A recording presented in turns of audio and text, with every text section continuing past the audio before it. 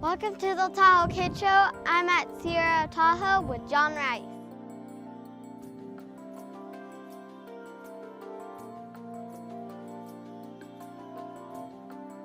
How do you get ready for the winter?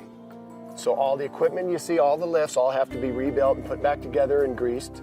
All the buildings have to be repainted like you see going on today. All the streets and sidewalks have to be repaved and painted and striped. There's quite a bit of work that has to be done. It's basically kind of like what you do at your house, only times 10, because we're up here in the mountains and it really takes a beating.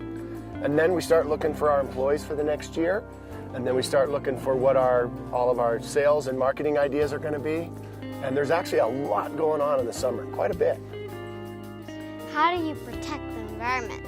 Well, at Sierra, the environment is really critical to our success. We're stewards of this public land and we have to do the right thing. So whether it's the water resources and the air resources, we do everything we can to recycle. We have a Clean Up Sierra Day coming where kids come on the mountain and help us pick everything up on the hill. We recycle all of our aluminum and metal and glass and cardboard. We do quite a bit, take care of our water resources because we really count on this land and we have to take care of it for future generations like yours to enjoy it. What's the hardest lift? The hardest chairlift run? Well, if you go off of Grandview Chair, there's some pretty steep stuff on Eastabout. And when there's moguls there, you got to be on your game. So that's probably the one you really got to be most ready for. Where does all the snow go after it melts? Well, at the end of the season, all the snow melts. And so as the snow melts, it starts to come down in little rivers and little creeks and comes down to the base area and it goes into Aspen Creek.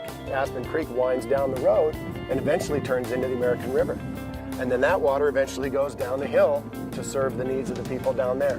So it's important that we take care of our slopes from an erosion control point of view, and it's important that all the water diversion and everything is done the right way to make sure the water's clean for people and the fish down the road. What's the hardest part about your job? There's not too many hard parts. I love what I do. I love working with people. I guess the hardest part is last year when Mother Nature was a little stingy, it was hard because we had so many great employees and we were so ready to party and just have great skiing and it just didn't happen. So the part I can't control, I guess, is the hardest part. But you know what?